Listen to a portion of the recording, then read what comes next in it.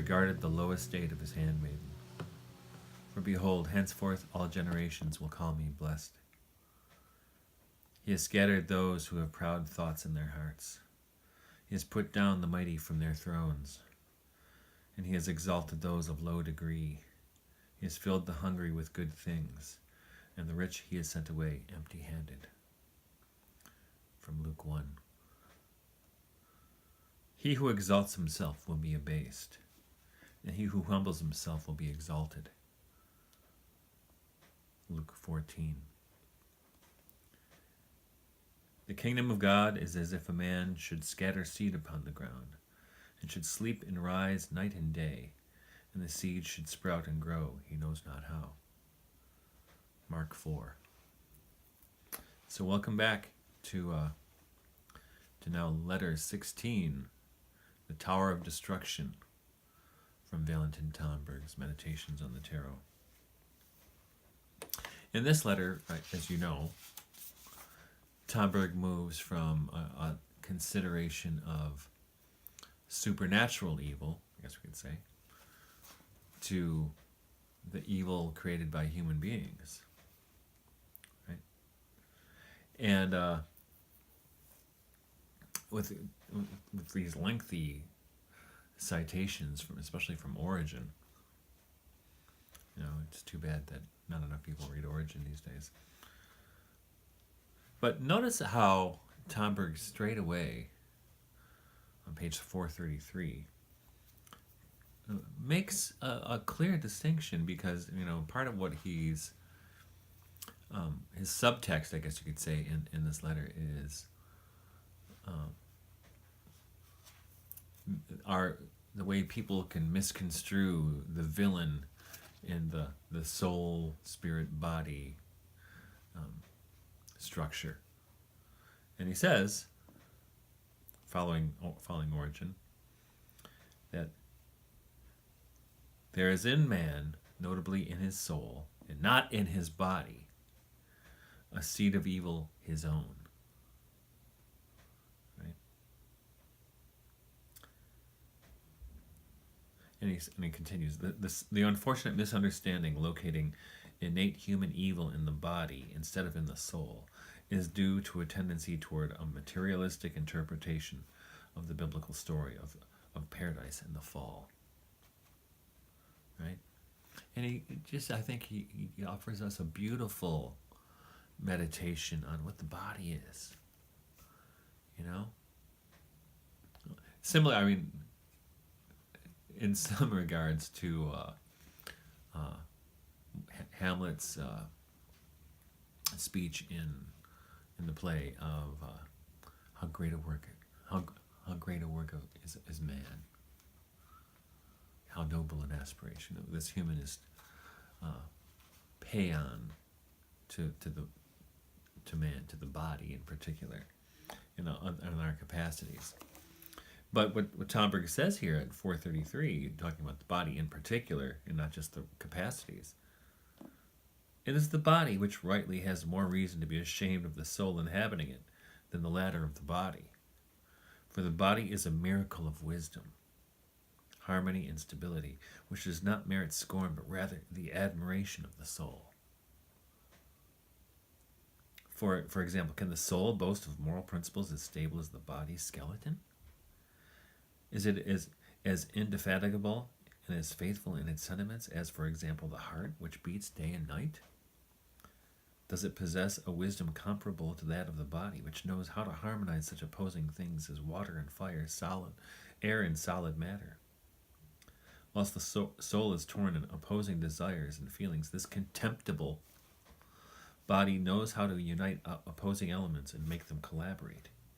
The air that it breathes, the solid matter of food, the water that it drinks, and the fire, warmth that it produces unceasingly within it.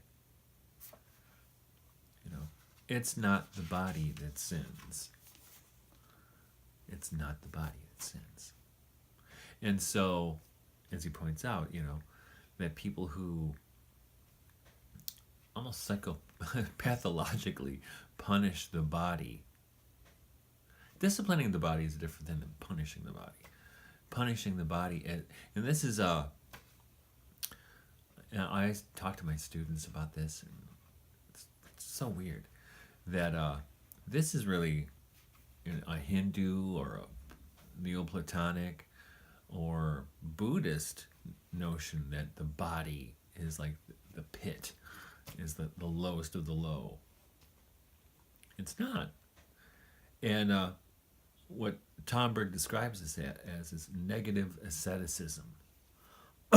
In page 434, which, directed against the body and not for celestial things, is the practical consequence of the materialistic interpretation of paradise and the fall. Right? And I think this is true. And I don't know where this comes from, this revulsion at the body in Christians. I mean, I can see, it's in Hinduism, Christianity, Neoplatonism, like, that I get. But I don't get it from Christians. Other than that, perhaps a kind of a bastardization of an Augustinian theology. But there's another Russian, Estonian, he's Russian, who has similar thoughts to Tomberg on this negative asceticism, though this Russian, Nikolai Berdyaev, talked about him before, calls it false asceticism. Let me read you a couple of things he said from a couple of his books. But he talks about this, he kind of rambles when he writes. It's very discursive and brings in things in a kind of creative elan, I guess we could say. And here's what he says. Let me see. Asceticism, I'll start a little earlier. Sorry. Asceticism in its essence should mean the active exposition. I'm sorry, I lost. Asceticism in its essence should mean the active exposition and the preservation of the forms of personality, of its image. Right? Connects to what Tomberg says about the image. Active resistance to the power of the world, which desires to tear personality to pieces and to enslave it. Asceticism is the conflict of personality with slavery, and only in that sense is it permissible. When asceticism is changed into slavery, which has so frequently happened in its historical forms, it ought to be rejected and war ought to be declared against it. And that is a fight which makes a demand for the true asceticism. Asceticism is by no means submission and obedience. It is personality's refusal of submission and obedience. It is the fulfillment of its vocation, its answer to the call of God.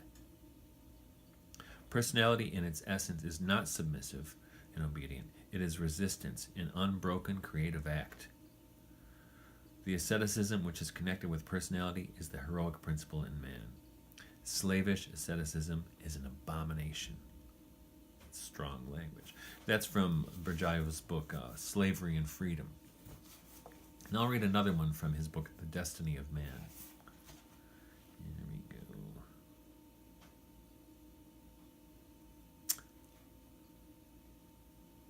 And this is not directly talking about asceticism, but you can read between the lines, right? Creative fire, divine eros, overcomes lust and evil passions. It burns up evil, boredom and the false strivings engendered by it. The will to evil is at bottom objectless and can only be overcome by a will directed towards an object, towards the valuable and divine contents of life.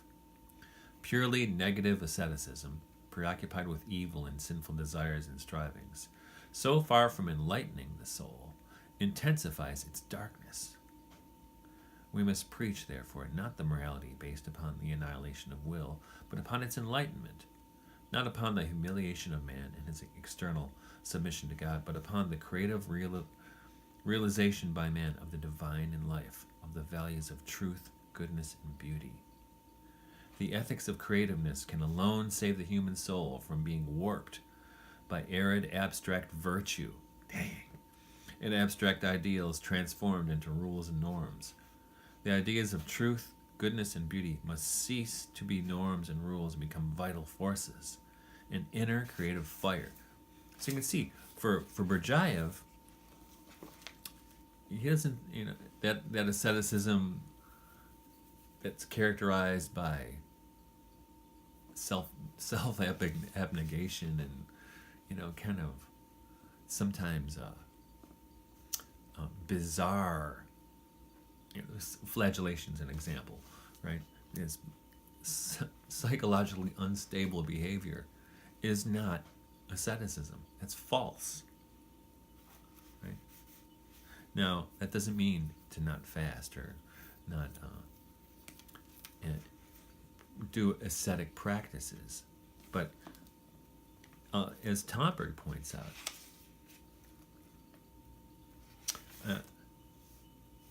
these positive ascetic positive asceticism is universal.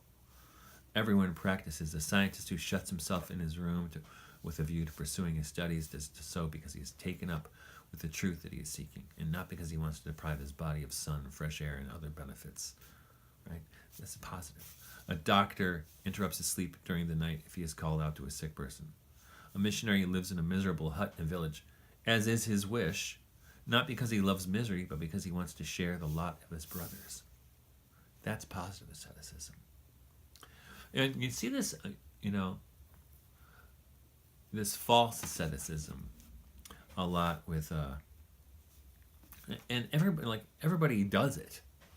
Everybody practices asceticism, but people, I think, in their enthusiasm for say when they've converted to Catholicism or Orthodoxy or whatever,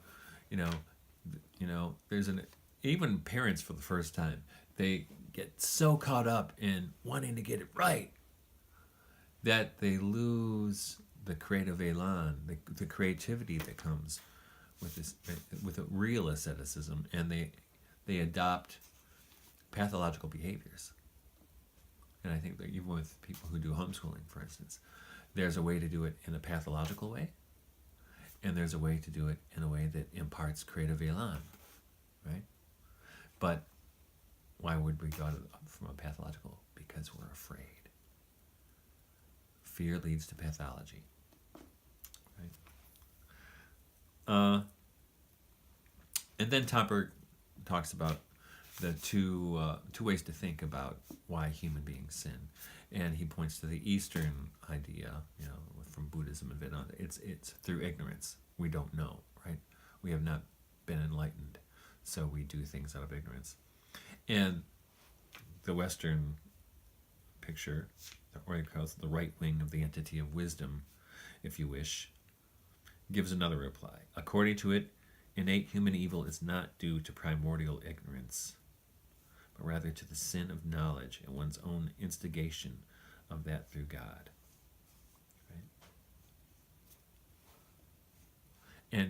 And he points out, and this goes back to our discussion of the body, both the Hermetic treatises, meaning, from Hermes Trismegistus, and the Bible state that the original sin was committed in heaven or paradise before the original fall, right? Before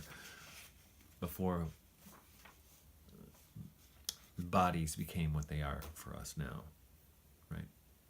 And like we said before, animals don't sin, right? It's someplace. It's sinning is someplace else.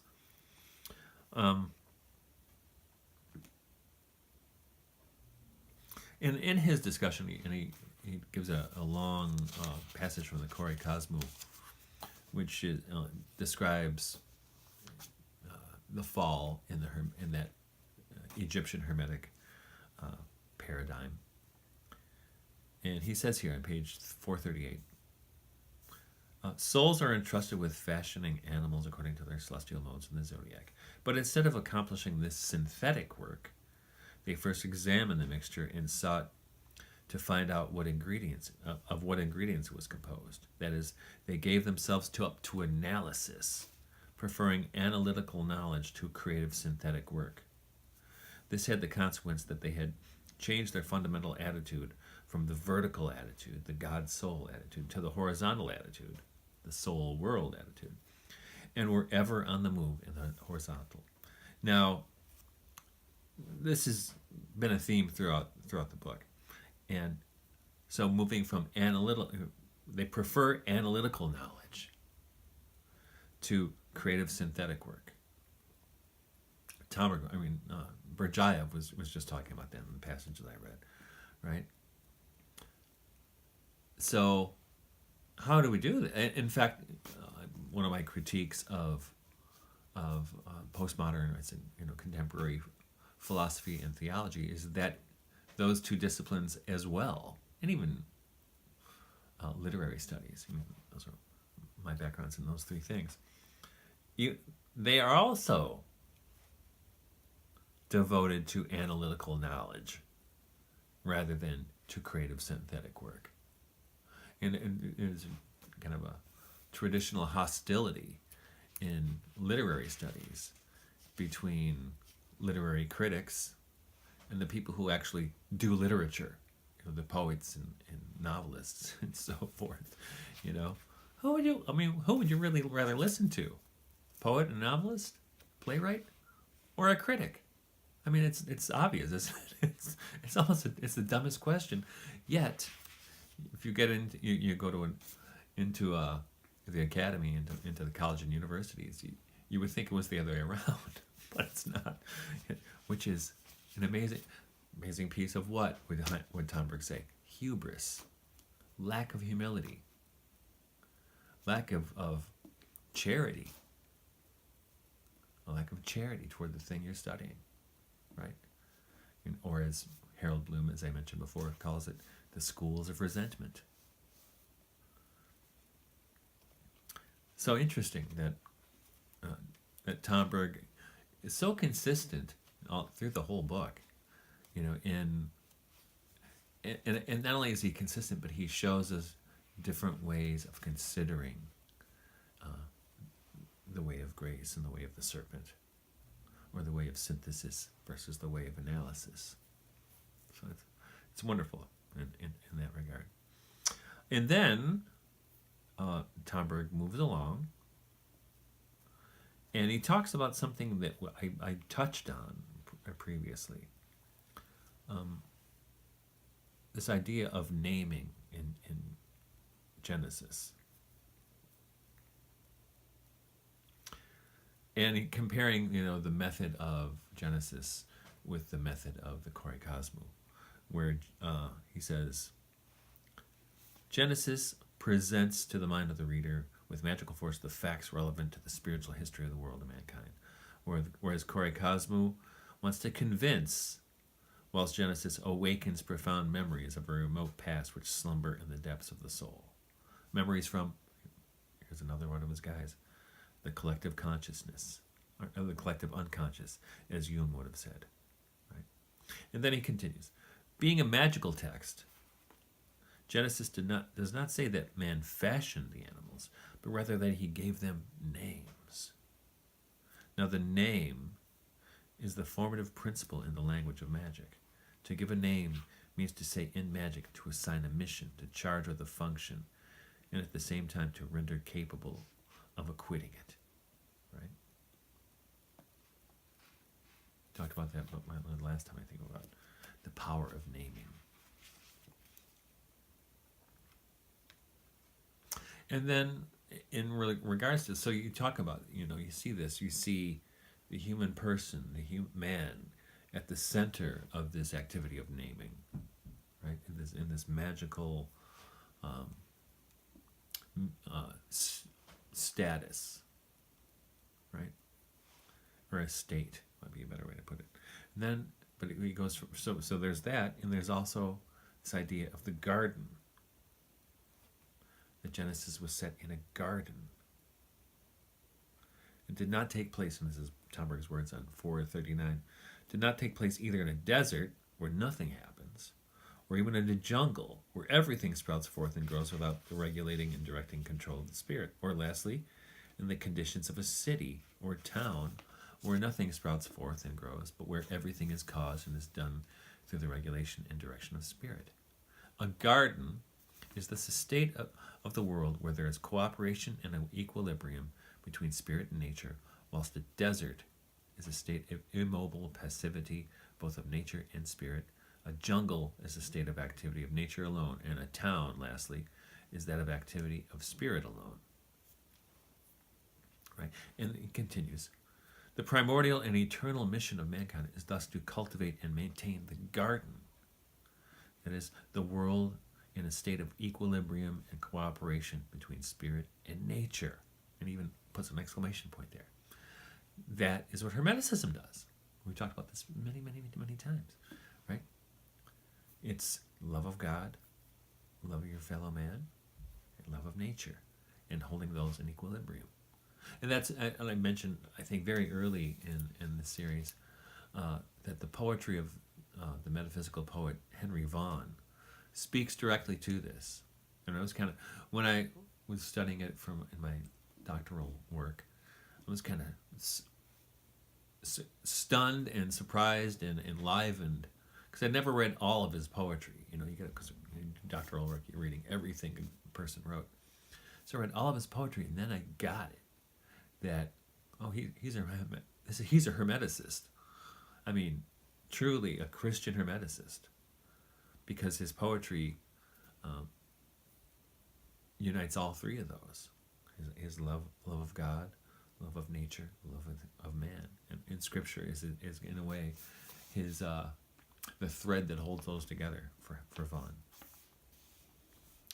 Now, but when Tomberg talks about, you know, this is our primordial and eternal mission, he's not just talking about for Hermeticists. This is mankind's eternal and primordial mission, and we are doing a crummy job.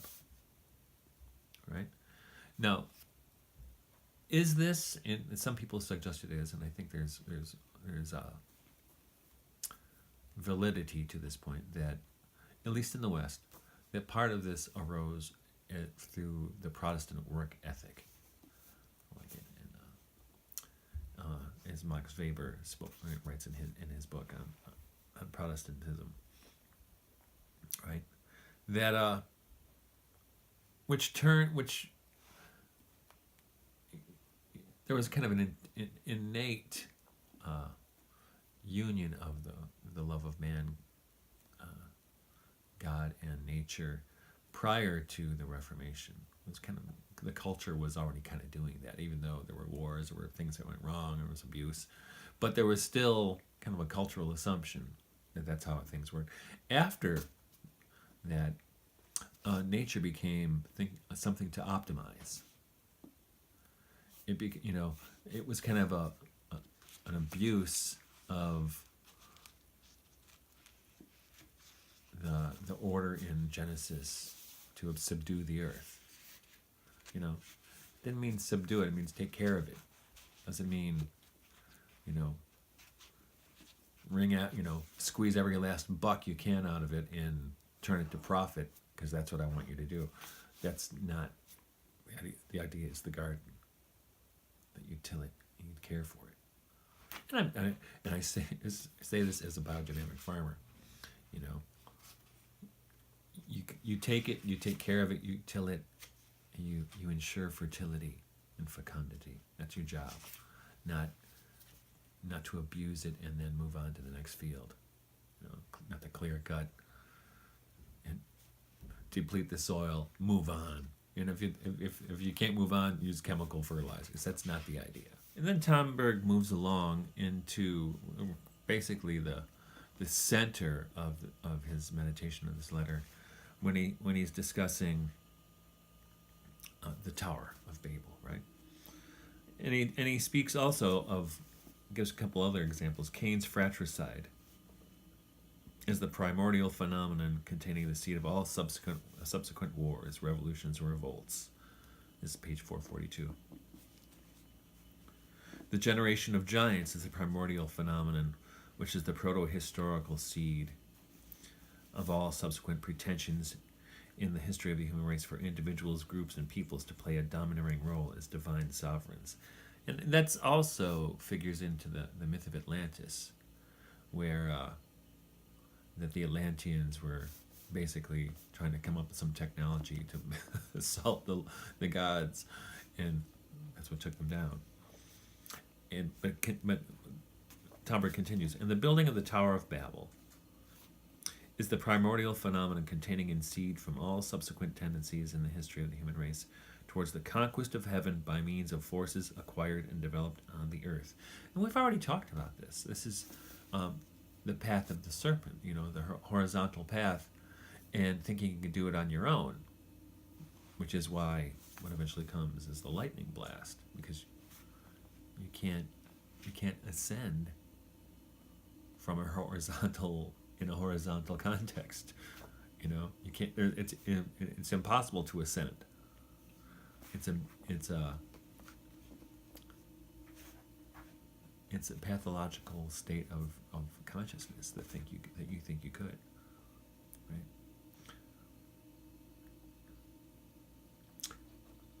And then he talks a little bit.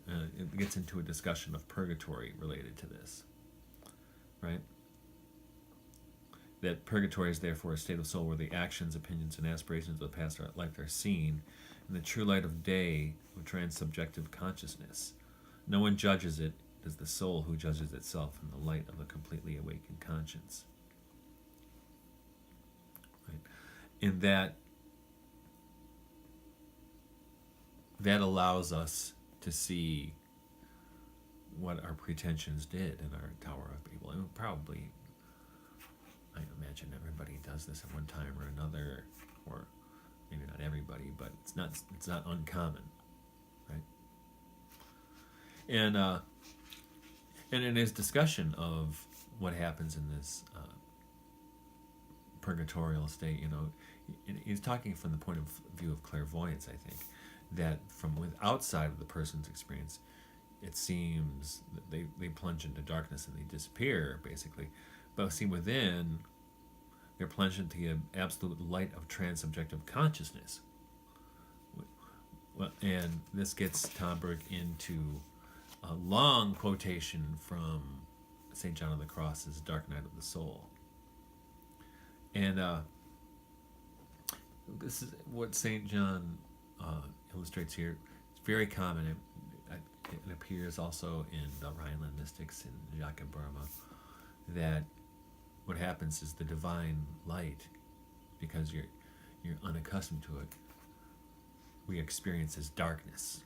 In Burma, what he says is that God's love feels like fight or like torture, like pain, because when we're in a state of sin, when we experience it.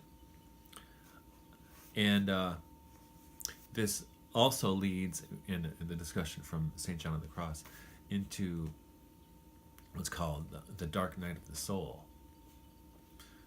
The dark night of the soul, where you feel God is not there.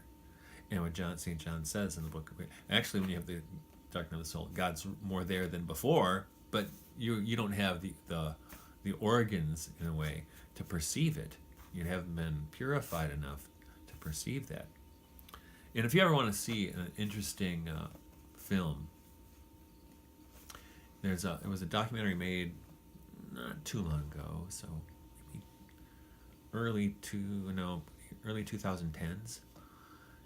It was made in England, and it takes place at a Carmelite convent in London. And I think the film's called No Greater Love. And besides showing the Carmelite life, as it really does very well and beautifully, what I find particularly intriguing is the interviews they have with these nuns, talking about their life and their experience of the dark night. And one of the nuns talked that her dark night went on for 18 years, not knowing God, not feeling God was there. St. Teresa of Avila had the same thing. I remember going to confession once, and the priest saying, "Well, your experience is what St. Teresa experienced for 25 years. So don't go, it's not uncommon to feel God's not there. But when God's not there, it's, as the mystical tradition says, is probably when he's most there. Right? And it's the purification.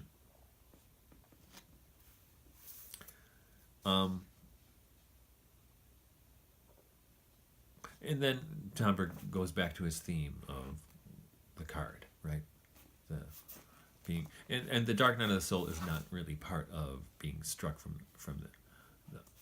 from your pride, but it's part of the process of spiritual growth. I mean, just something everybody goes through. On the other hand, there's no evil involved with it other than recognizing your own limitations and your own evils. It doesn't necessarily entail pride, like you're trying to ascend from a horizontal level or a horizontal movement.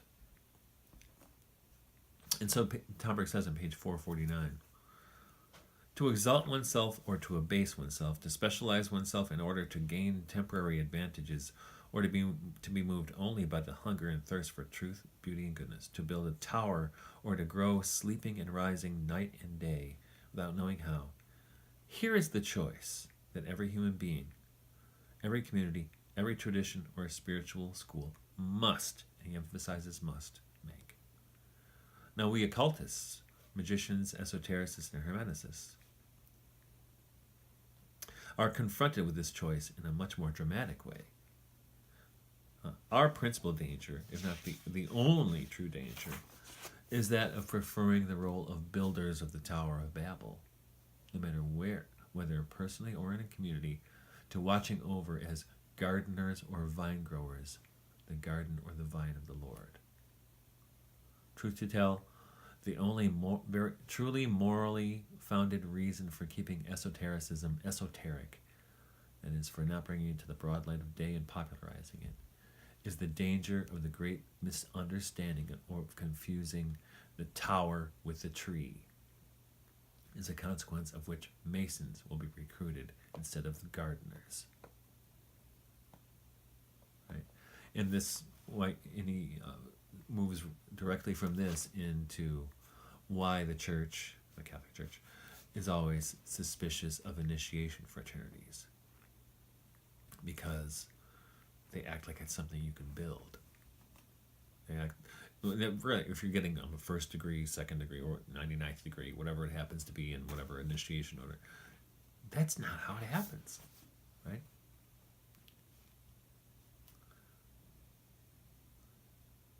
Right?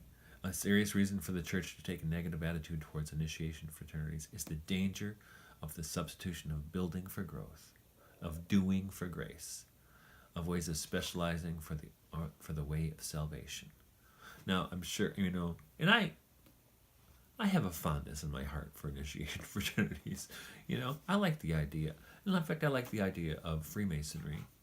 I like the idea of a men's initiation fraternity. Really, I've a deep love for the mystery dramas of the ancient Greeks and the ancient Romans and the mystery schools. I mean, I value that. But talk about modern Freemasons. I think a valid criticism of the Freemasons, is that Freemasons pledge, brotherhood and helping out their brethren, which I admire that. But the criticism is, well, you're Christians supposed to do that for everybody, not just because you're a member of the club, right? Christians aren't supposed to only help out Christians. If you're going to donate, you help somebody out, you check to see if they're up to date on their church membership, or make sure they're Christians. No, you help them. That's the Christian path, right? The Good Samaritan, right? That's our path. And also, I don't want to get into a discussion of it, but you'll notice when right after this he talks about Henry Cornelius Agrippa and his De Occulta Philosophia, comparing it with his later kind of repudiation of that work, on the uncertainty and vanity of the sciences, where if you've read that, it's pretty astounding, where he really kind of rejects it all as vanity. Reminds me of an earlier Vanity of Vanities, all is vanity, right? That and Tomberg points out that what happened is Agrippa, who had in his 3 books of occult philosophy, he builds up this tremendous edifice of magic and he rejects it. I think it was just foolishness, right? But Thomas Aquinas did the same thing. You know, at his last, one of his last sayings attributed to him is that all I have written is a straw. You know, and Tomberg actually does talk about scholasticism. You know, part of the problem with scholasticism is thinking you can reduce everything to syllogisms. You know, that kind of that, what would you call it? Love affair with logic, in which, you know, there's no place in the Bible, and I've read the Bible, that's, you know, that affirms logic and reason as a way to get into heaven. So remember that. You know, it's not in there. You're not going to find it. The Word, you know, in the beginning was the Word, and of course some Thomistic types will interpret word as reason or logic, and those are certainly things that logos can mean, but that's not what it means in that context. And we know this, right?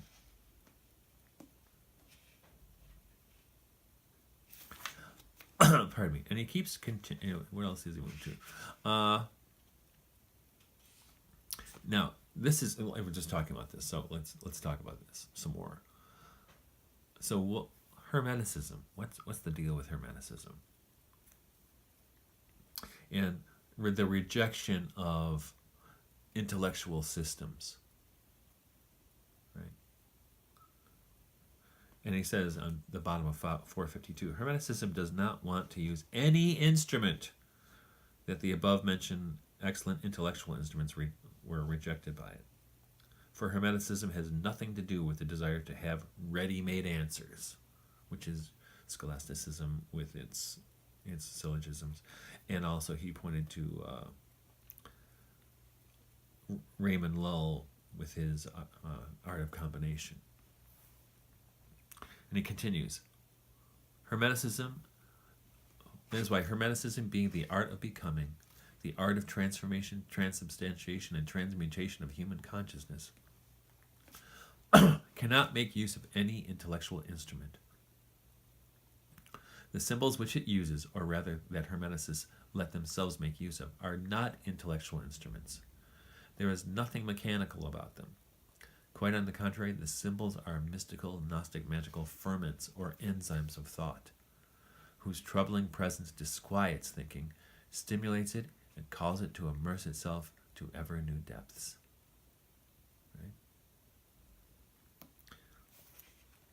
And, you know, and this is I mean, I know a lot of people interested in esoteric stuff, and very often the temptation, especially the men, is to turn it into an intellectual system, or to prove how smart they are. It's like, you know, almost like when you're in high school and people know all this arcane stuff about some band or, you know, or music, the music business. You know, they have all this trivia that they've collected, and esotericists have a tendency to do this too. It's kind of adolescent. Then I'm going in the same direction when Tomberg talks about this master he met that he thought was kind of an initiate when he was in Russia, who had Blavatsky's secret doctrine boiled down to some diagrams, wheels within wheels. I know people like this who had, you know, have all these diagrams, and they turn, whether it's Steiner's occult science or the secret doctrine, they have all these, you know, diagrams and interrelational diagrams between the discrepancies in the different systems, trying to correlate it with alchemy or whatever it happens to be. Whoa, that is so intellectual. You know, I'm not against philosopher. I'm not against intellect, but come on, you know, there's something different that we're doing here in Hermeticism, which is why Tomberg points out the lightning blast comes. These things, they can't not be knocked down, right? And he talks about the guy who wrote the book on the Secret Doctrine, and also, ended up publishing a book about ghosts. I'll just do this. No one else is paying attention to me. I have to do something. Might get a little attention. And then Tomberg, in the last few pages, and I think this is important, gets into a discussion of the marriage of opposites, or as Jung would call it, the conjunctio oppositorum, right? And this is this is why I think one of the reasons I think Tomberg has such affection for Carl Jung, because Carl Jung came to this almost on his own. He discovered something important, and this is what Hermeticism does. Let me read for you here. Right. So, one marriage of opposites is the true self and the lower self. Right. The two poles of human being then live in the presence of one another. That's what in the marriage of those two things. Remember, other systems want to get rid of the lower self and think the higher self is the only self. Well, Hermeticism says no. It's not like that. We need to live in the present. They need to live in the presence of one another. The result of which is an alchemical process of gradual approach to one another. His words. And he said, and that's interesting, considering the last letter, it is similar with the hierarchies of the right and of the left in the world and in the history of the world. They can neither be united nor separated. They are engaged in a millennial-old discussion where the arguments are facts and the conclusions are events. He says there is no other. The hierarchies of the left are the cross of the hierarchies of the right, and vice versa. There is no other hope in the world and in its history than the alchemical process of the transmutation of evil into good, the sacrament of penance on a cosmic scale.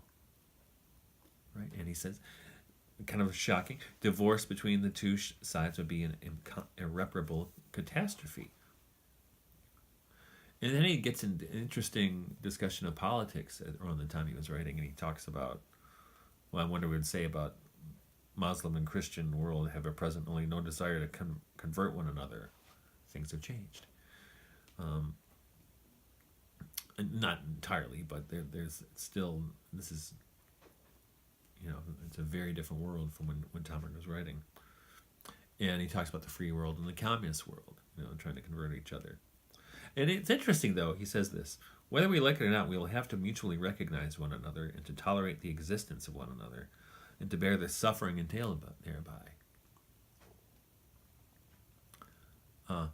The result will be the magic of the cross, the alchemical process of transmutation. The free world, being in the presence of its judge and untiring competitor, will gradually eliminate what it recognizes as social injustices.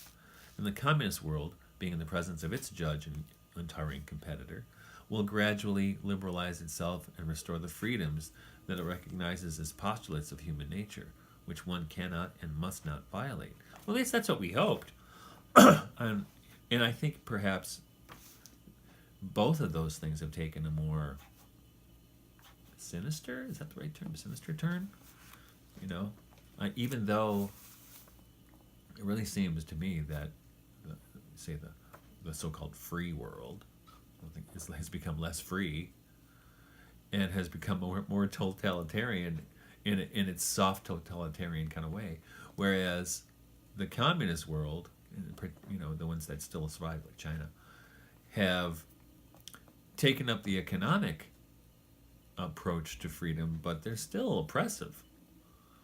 So maybe we still have some time to go through here till Tomberg is proved right. But it seems like they've become diabolical parodies of one another in a sense. And then another thing he says is on page 455, the magic of the cross, alchemy operating in the marriage of opposites, is therefore the sole hope for the world, for mankind and for its history. And it is precisely this principle of the marriage of opposites which underlies Hermeticism. Now, I totally agree with what he says here. But I also consider that in our own culture, on a human level, the marriage of opposites, which we would understand as male and female, has been not negated but compromised to a considerable degree. And I wonder if that is connected to the weakening, I could say, the weakening of the marriage of opposites in other realms, like in the economic or political realm, or even in philosophical realm. The marriage of opposites has been, even if we saw this, the Muslim and Christian world, there's certainly some kind of conversion project going on in some of those regards, some by violence, right? And which hadn't happened since the Middle Ages, essentially. And the political, likewise, it seems to be just the opposite, or a diabolical take on the marriage of opposites. So it's something that really, certainly to think about. But nevertheless, what he says about Hermeticism, and this is what Jung says as well about this psychic integration in the marriage of opposites. It's essential to psychological well-being. So maybe it's true that everybody's crazy right now, or at least the world's crazy, because it's refusing to integrate its opposite and only wants to integrate the same, which is not a marriage of opposites, which is incestuous almost. So interesting. We're in strange times, brothers and sisters. And finally, what's the way to do this? It's not hard to guess. Prayer, meditation, and contemplation. And speaking of meditation, so the practical way of doing this is meditation. Practical, 456. It is deep meditation which makes present every lost sheep in us, with sufficient force to impress on it the alternative concern. To meditate is to think in the presence of God, just as to pray is to speak in the presence of God. Okay? Meditation is therefore the honest and courageous effort of the lower self to think together with the higher self in divine light. And just as concentration necessarily precedes meditation, so does the latter lead sooner or later to contemplation. That is, a transition is made from consideration and discourse to the immobility and complete silence of supernatural communion, where one no longer thinks something from a distance, but where this thing itself is present and reveals itself. Contemplation is the union of the thinker with reality. That's my emphasis. Here one does not arrive at a conclusion, but one receives or undergoes the imprint of reality. And this, I've been saying this, that's why in my books I talk about, our experience of the real. This is what I'm talking about. And it arrives through this. Now here's my concern.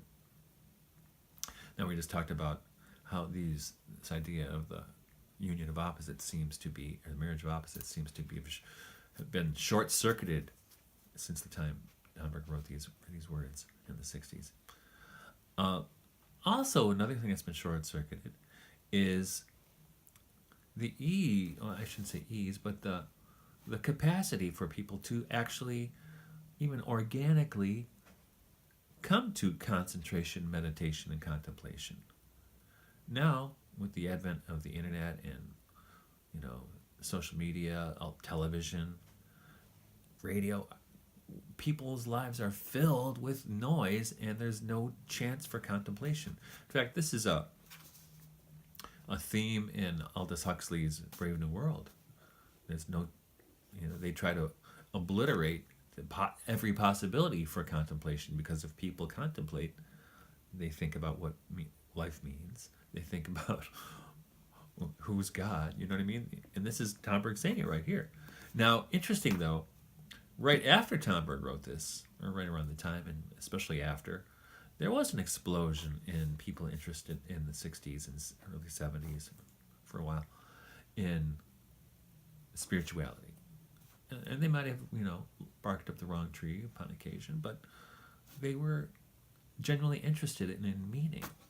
And I noticed probably from the beginning of the 90s that left youth culture. I remember telling my wife, came back from some event. I said, yeah, it's not like when we were kids. I told her, well, I was only, in the 90s, I was only 30s.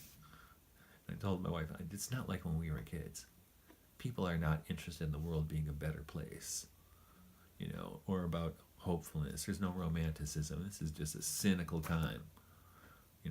People are interested in getting what they can get when they can get it. Now, of course, there are exceptions to this, but I think culturally, in general, that's happened. And I think since then, it's gone from that kind of cynicism. And that's the time AIDS arose, which kind of, for a minute, killed the free love experiment.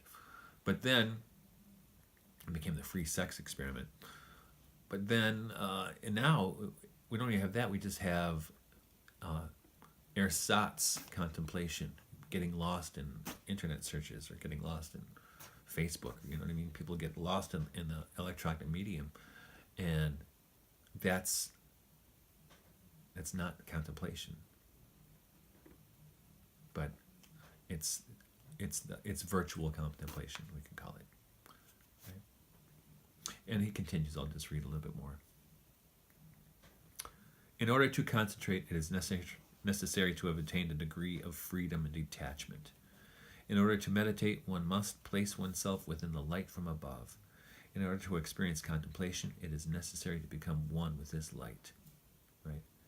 And those, for this reason, the stages are called concentration, meditation, and contemplation are those of purification, illumination, and union again.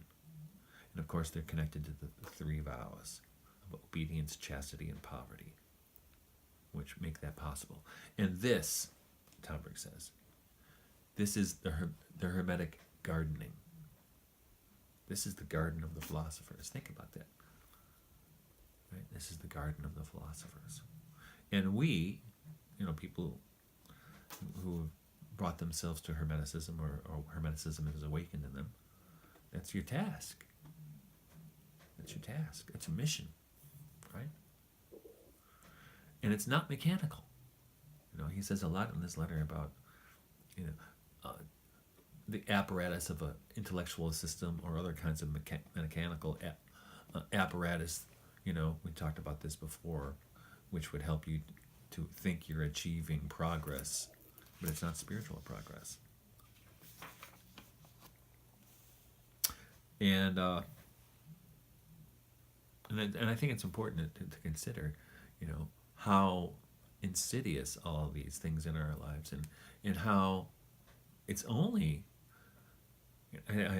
through concentration, meditation, contemplation that we have that are the tools to fight this this onslaught, right? And then he finishes. And I think it's a beautiful moment where he talks about how to think about the days of the week. Sunday's not just the day of the sun. Monday's not just the day of the moon. Right? It is the day of Sunday is the day of the resurrection. Right? Saturday is the day of the Holy Virgin. Right? Friday, which was governed by Venus, is now governed by the crucifixion. Tuesday is no longer the day of Mars, but the day of St. Michael. Thursday is now the day of the Holy Spirit instead of Jupiter.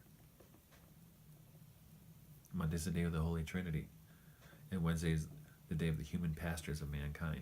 Now, I invite you to just sit with that for a while and think about each one of the days of the week in that regard. Also, it's not an exact correspondence to what Tomberg's talking about here, but I think, a way to sacralize those days of the week. The practice that some people do of saying the rosary on a daily basis, that on Monday, for instance, they'll say the joyful mysteries, and Tuesday, the sorrowful mysteries. Wednesday, they'll say the glorious mysteries, and then on Thursday, they'll say the luminous mysteries. Those were brought by St. John Paul II. And Friday, the sorrowful mysteries again. Now, for me, on Saturday, usually I don't say the rosary on Sunday. I mean, sometimes I do, sometimes because I usually save Sunday for the sacraments and for liturgy. But on Saturday, I'll usually say, I'll either do the joyful mysteries or the glorious mysteries. I'm probably not following directions as clearly as I should, but you'll see what happens if you maintain that kind of a rhythm, just with saying the rosary, how the week changes, the character, the quality of the week. And see also, if you were to consider what Tomberg does here with the days of the week, changing them from planetary correspondences to Christian correspondences, it also changes the way you consider it. And I wouldn't say it doesn't displace the moon, the sun, Jupiter, but it adds another dimension to it. So I invite you to try to do that. And in his last words, I'll just read that to you and we'll finish. The 16th major arcanum of the tarot is therefore a warning addressed to all authors of systems, where an important role is assigned to a mechanical ingredient: intellectual, practical, occult, political, social, and other systems. It invites them to devote themselves to tasks of growth instead of those of construction, to tasks as cultivators and guardians of the garden instead of as builders of the Tower of Babel.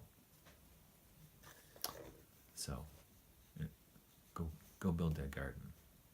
And I'll see you next time.